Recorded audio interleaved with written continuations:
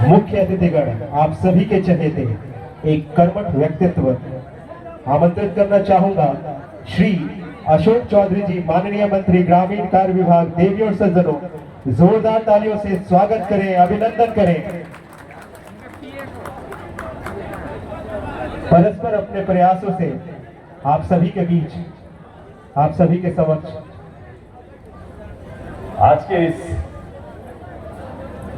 जनसंवाद कार्यक्रम में उपस्थित विधान परिषद के हमारे साथी श्री तरुण जी, जेडीयू के हमारे जिला के अध्यक्ष सम्मानित साथी श्री दुर्गेश राय जी, लोजपा के जिला के हमारे सम्मानित अध्यक्ष श्री हीरा सिंह जी, हम के हमारे जिला के सम्मानित अध्यक्ष श्री धीरज ठाकुर जी, यहाँ पर सांसद प्रतिनिधि समस्तीपुर श्री राजेश जी, सम्मानित भाई श्री बनारसी ठाकुर जी, डॉक्टर मनोज जी, और यहाँ के लोजपा की सांसद श्रीमती शांभवी जी, मंच पर उपस्थित हमारे अभियंता प्रमुख श्री भागवत राम जी, मुख्य अभियंता दरभंगा श्री किशोर जी, समस्तीपुर के कार्यपालक अभियंता श्री अविनाश जी, और यहाँ पर उपस्थित सभी हमारे सम्मानित प्रतिनिधिगण, साथीगण, मीडिया के हमारे सम्मानित बंधु, आज का यह कार्यक्रम जो हम लोगों ने, क्योंकि माननीय नेता श्री नीतीश कुमार जी ने और माननीय उप मुख्यमंत्री हमारे द्वय ने कार्य आरंभ बिहार से पूरे पटना से पूरे बिहार के लिए कर दिया था, लेकिन माननीय नेता का ये निर्णय हुआ कि जनसंवाद के माध्यम से ज्यादा जगहों पर इसका कार्यक्रम करना चाहिए और लोगों को ये बात बताना चाहिए कि किन परिस्थितियों का बिहार नेता को मिला था और किन परिस्थितियों में आज बिहार है।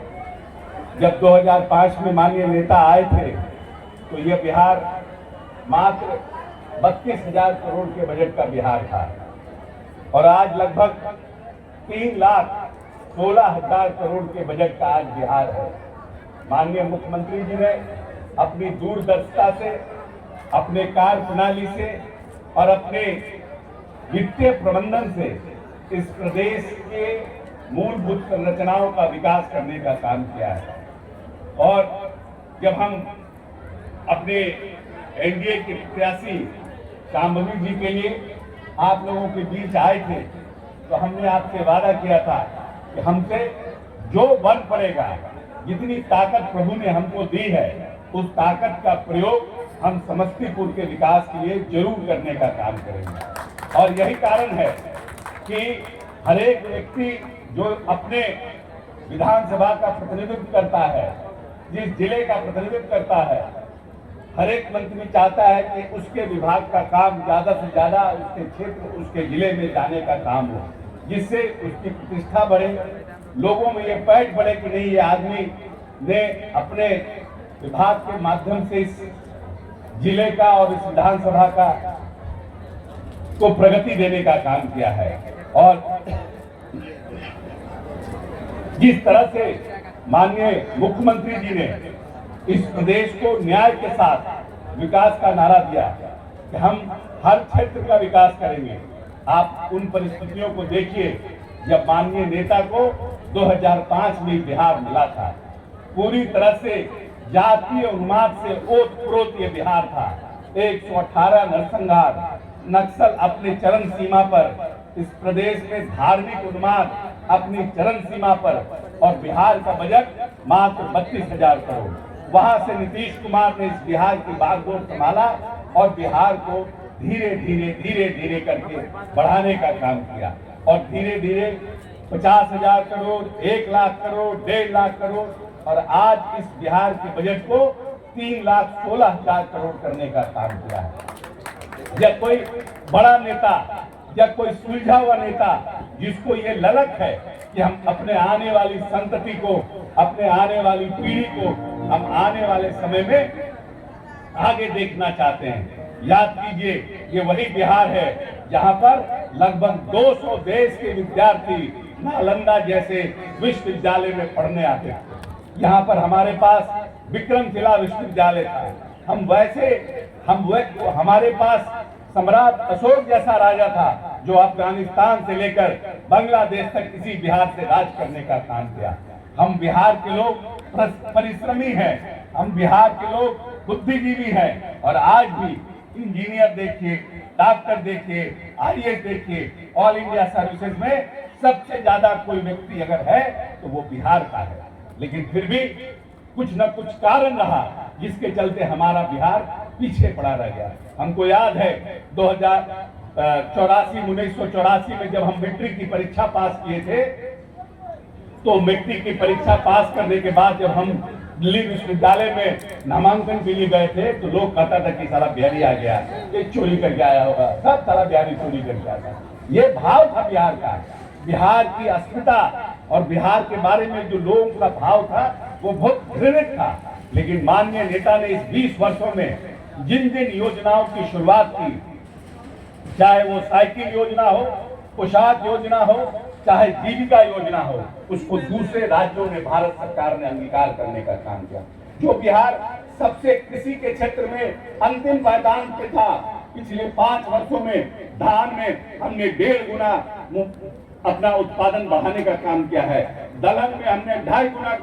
उत्पादन बढ़ाने का काम किया है, मक्का में हमने 2 गुना उत्पादन बढ़ाने का काम किया है। और पिछले 5 वर्षों से कृषि के क्षेत्र में जो देश का सबसे बड़ा पुरस्कार है, कृषि क्रमण पुरस्कार, वो बिहार को दिलाने का काम नीतीश कुमार ने कृषि रोड मैप 1, 2, 3, 4 के माध्यम से किया है। इसीलिए जब नेता बड़ा होता है और उसकी सोच बड़ी होती है, वो चाहता है कि हम अपने आने वाले संतति को आगे बढ़ाने का काम करें। जिसने 21वीं सदी के बिहार का सपना देखा है, उसने बिहार को आगे इस 20 वर्षों में आगे बढ़ाने का काम किया है। सिंचित से सिंचाई के क्षेत्र को बढ़ाने का काम किया, जल संसाधन विभाग को 2 तरफ बांटने का काम किया, एक तरफ सिंचाई के लिए और एक तरफ बाढ़ के प्रबंधन के लिए। पूरी तरह से इस बिहार को आगे बढ़ाने का काम किया है। और उसी के आगे बढ़ाते हुए ग्रामीण कार्य विभाग, जो ग्रामीण कार्य विभाग ग्रामीण विकास विभाग का पार्ट था, अलग से कोई विभाग ग्रामीण कार्य विभाग नहीं था। नीतीश कुमार जी जब आए तब उन्होंने इस प्रदेश में ग्रामीण कार्य विभाग बनाने का काम किया। और जब नीतीश जी आए थे तो मात्र 8000 किलोमीटर सड़क इस बिहार में था, और आज उनके 20 वर्ष के कार्यकाल में 118 किलोमीटर ग्रामीण सड़क इस बिहार में है। इस तरह से नेता ने इस बिहार के सड़कों को और ग्रामीण अर्थव्यवस्था को मजबूत करने का काम किया है। नेता जब आए थे तो बिहार की औसत आमदनी प्रति व्यक्ति आय मात्र 7,000 रुपया था, और आज 20 साल के बाद इस प्रति व्यक्ति आय, बिहार का प्रति व्यक्ति आय 59,000 रुपया हुआ है। ये बदलाव है माननीय नेता के 20 बरस के काम में। कुछ लोग कहते हैं हम बिहार को बदलना चाहते हैं,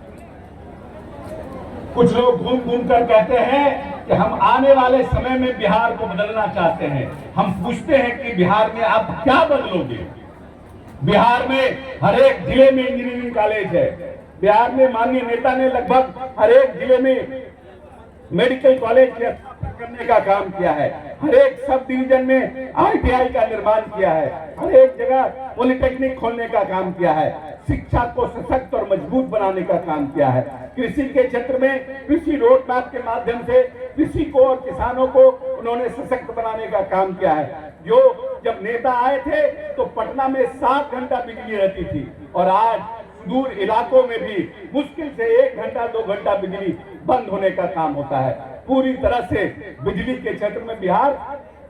आत्मनिर्भर होने का काम किया है। इसीलिए जो लोग कहते हैं कि हम बिहार बदलना चाहते हैं, हम उनको कहते हैं बिहार बदल गया है। अब बिहार का जो ये 5 वर्ष का कार्यकाल है, ये आर्थिक संपन्नता का कार्यकाल है। जो व्यक्ति प्रति व्यक्ति आय 59,000 है, इसको 1 लाख आने वाले 5 वर्ष में बिहार के प्रति व्यक्ति आय को बढ़ाकर 1 लाख करना, ये हमारे सरकार का लक्ष्य है। हम आर्थिक रूप से हम बार बार कहते हैं कि नीतीश जी ने 20 वर्षों में बिहार की मूलभूत संरचनाओं को बदलने का काम किया है। कृषि के क्षेत्र में, बिजली के क्षेत्र में, सड़क के क्षेत्र में, पुल के क्षेत्र में,